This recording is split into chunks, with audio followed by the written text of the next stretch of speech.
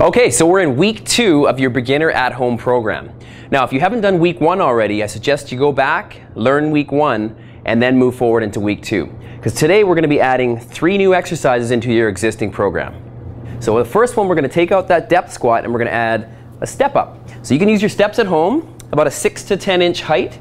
Now the important thing is here, we get 1 foot on the step, you want to put pressure through your heel. So your ankle should be directly below the knee joint.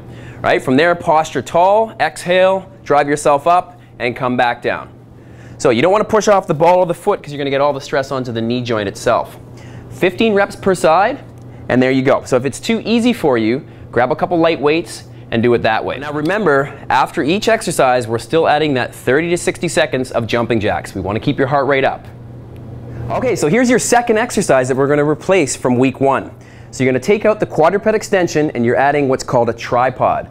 So in your home, you want to grab a chair that's fairly sturdy, both hands on the back of the chair, right? You want to get into a partial lunge position, and the whole idea here is you want to have your ankle below the knee. Again, don't put pressure on the toe.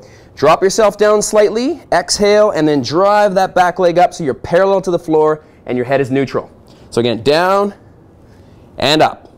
Now, if that's a little too easy for you and you feel pretty stable, what you want to do is you're going to take your opposite arm and extend that in the air. So again, down and straight up. Now the benefit of this exercise is it's a little bit of an advancement on the core and on your low back extensors. Great for posture. So I want you to do 10 to 15 reps per side, and then remember, you got to go into those jumping jacks to keep the heart rate up. 30 seconds to 60 seconds, and then you go on to the next exercise. All right, so your final exercise replacement for week 2 is going to be taking out that abdominal plank from week 1, and you're going to add something a little more dynamic called a mountain climber. Now, there's several levels of a mountain climber, but again, it's going to engage your core just like the plank. So the idea here is shoulder, elbow, wrist, all in one straight line. Just like when you have the plank, you want your chest right above the hands, on the ball of the feet, draw your belly button to the spine. All you're doing here is keep the hips nice and still as you drive your knee all the way in. Right? So your knee comes in as close to the chest as possible. Again, to advance that a little bit, you're going to run through it.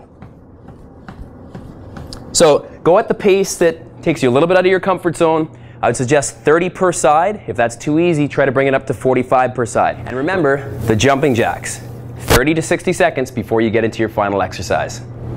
Okay, so those are your 3 exercise replacements for this brand new week. Now remember, we're keeping the same format as week 1. You're still doing 5 exercises, 4 days out of the week. You got to keep that consistency. We just have 3 exercise replacements. All right, so keep working hard, and remember, consistency is everything. Don't give up.